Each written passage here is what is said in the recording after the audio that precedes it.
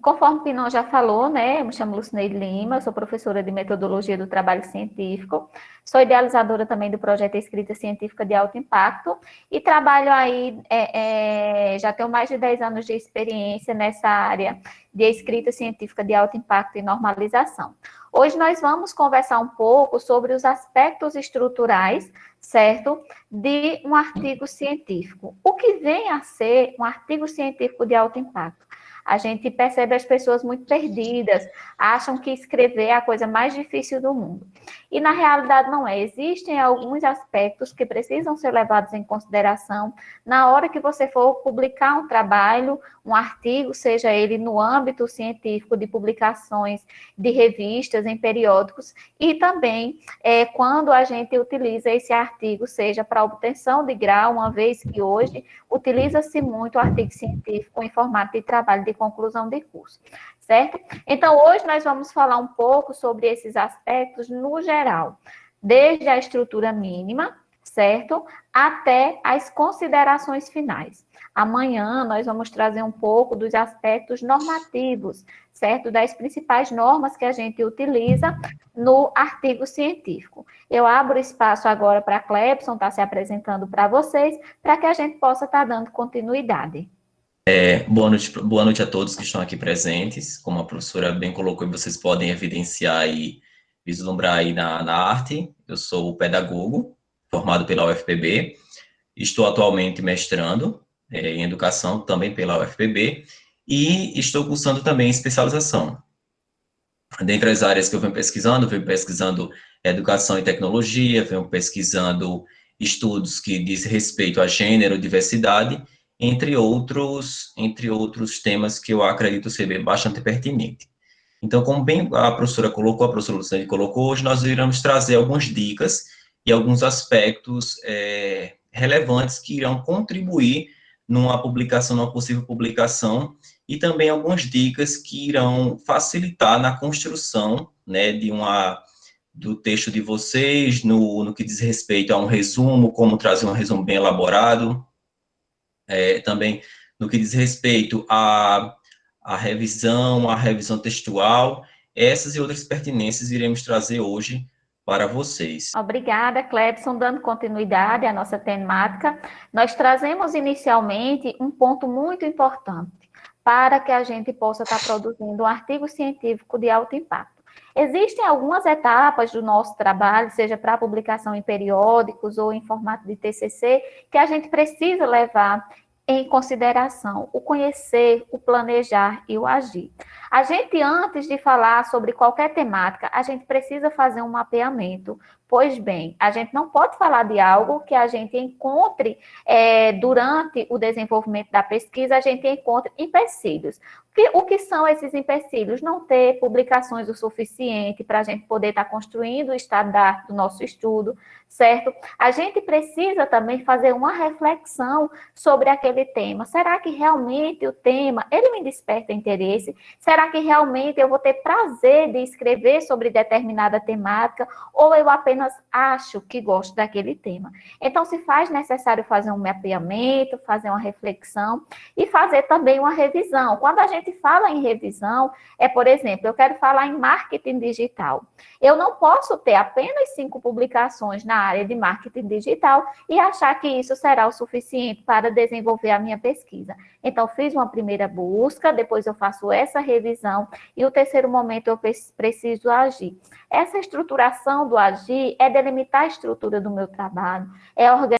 Lembramos que todo o trabalho, com o artigo científico não é diferente, ele precisa ter uma estrutura mínima. Nós precisamos ter um tema, nós precisamos ter uma problemática, nós precisamos ter hipóteses, isso quando couber, objetivos e justificativa, e isso tudo vai gerar um resultado. Então, a gente precisa ter ideia de que precisa existir essa estrutura mínima. Mas, professora, como é que eu vou saber dessa estrutura mínima? Eu preciso seguir alguma norma? Se você for seguir as normas da ABNT 6023/2018, a última atualização, Se você for fazer uma publicação em um periódico, você precisa, além de levar em consideração as normas, as normas da revista. Se você for apresentar o seu artigo em formato de trabalho de conclusão de curso, você precisa levar em consideração também a resolução institucional. Por quê? As normas da ABNT, elas não podem ser modificadas. Entretanto, algumas revistas, algumas instituições, elas padronizam os seus modelos para, assim, facilitar a organização e também ter uma padronização dentro do que eles buscam. E aí eu vou estar passando para o professor Clebson, para que ele possa estar falando um pouquinho sobre a delimitação do tema, certo? Sobre o título, explicar um pouquinho sobre essa questão.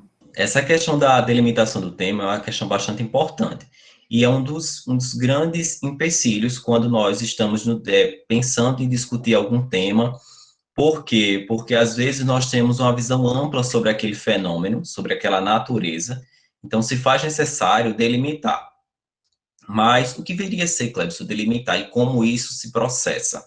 Né? O delimitar é deixar o seu título mais específico possível, que seja de entendimento de todos. Então, qualquer pessoa que leia o seu tema irá compreender o que de fato você quer pesquisar. Ok, entendi que o meu tema, a delimitação seria especificar, deixar o meu tema bastante específico e que todas as pessoas compreendam, ou seja, bastante compreensivo, claro e coeso. Ok, sim, mas como fazer isso, Clebson? Como é que eu posso fazer isso? Aí eu reporto ao que a professora Lucineide trouxe, logo no primeiro slide, onde ela vem falando sobre a questão do agir, a questão do revisar, a questão de coleta de dados e como isso acontece. Eu costumo dizer que para que você delimite o seu tema, você tem que conhecer o seu fenômeno, conhecer o seu objeto de estudo. Ou seja, você para delimitar, você tem que ter aprofundamento sobre o que você está pesquisando e fazer buscas em bases de dados confiáveis, porque você pode conhecer o que você está pesquisando, só que você realmente conhece a fundo sobre aquilo ali. Então, para que você possa estar delimitando o seu tema, você tem que conhecer ele a fundo, indo buscar informações que possa corroborar na sua discussão, verificando quais são os assuntos que já trouxeram, que você vem discutindo mais, que você percebeu lacunas. Então, essas lacunas que você percebeu em alguns temas que você quer trazer para o seu trabalho, quer corroborar com o que você está sendo discutindo, que está sendo discutido, vai auxiliar nessa delimitação. A delimitação não é nada mais, nada menos do que sintetizar aquele tema, aquele título, para que seja de compreensão de todos. Porque muito boa colocação, professor Clebson. É muito importante a gente se atentar a esses aspectos, porque são esses elementos, são chaves, né, no desenvolvimento do artigo científico. Então, muito bem colocadas as pontuações aí da fundamentação teórica.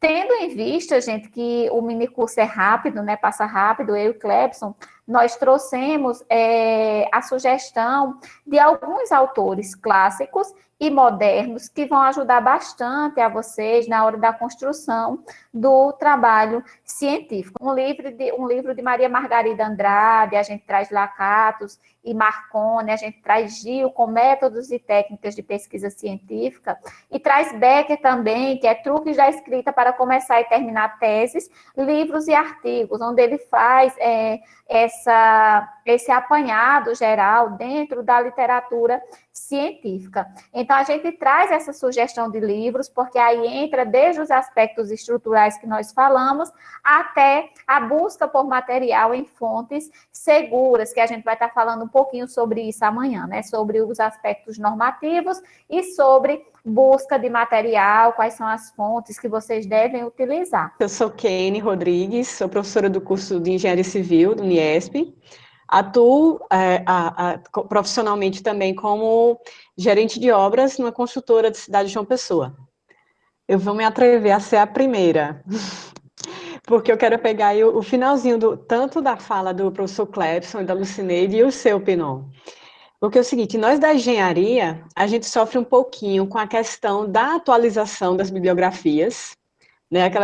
Pega livros de 5 anos para cá, então a gente não tem tantas atualizações, né, dos autores, né, os livros da área de engenharia geralmente levam um tempo maior para serem atualizados, né? Então, essa temática, inclusive, das minhas disciplinas que são ligadas à temática mais atual na engenharia, que é gestão, planejamento, é realmente muito carente, né, de bibliografia.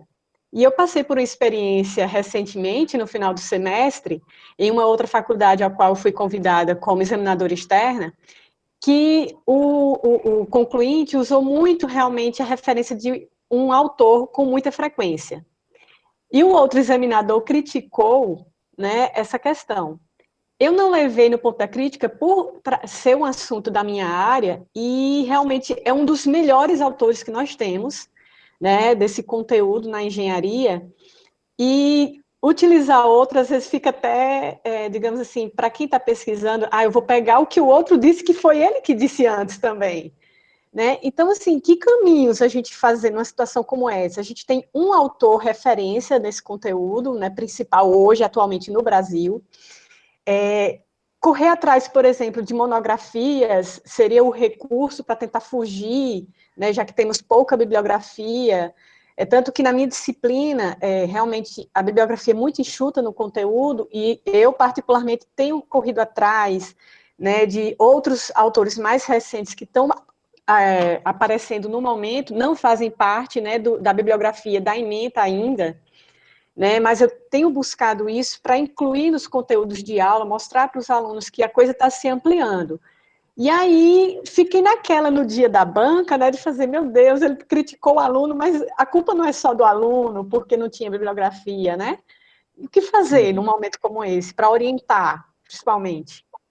Professora, veja só, boa noite, né? Eu sempre, obrigada pela colaboração, e eu sempre acho que nós devemos ser flexíveis, e nós, enquanto pesquisadores, enquanto disseminadores da informação, nós precisamos orientar os nossos alunos quanto a essa questão de referencial teórico. Eu costumo pegar muito esse exemplo quando como eu sou da área de metodologia do trabalho científico, e sou uma apaixonada por Gil, por Marconi e Lakatos, em demonstrar o que é uma literatura basilar. Pois bem, eu tenho Gil, Marconi e Lakatos, que eu trago lá na graduação para os meus alunos como autores que vão mostrar para eles o que é a metodologia, mas eu não posso deixar de trazer outros autores que também contribuem e talvez não sejam tão conhecidos quanto aquele autor.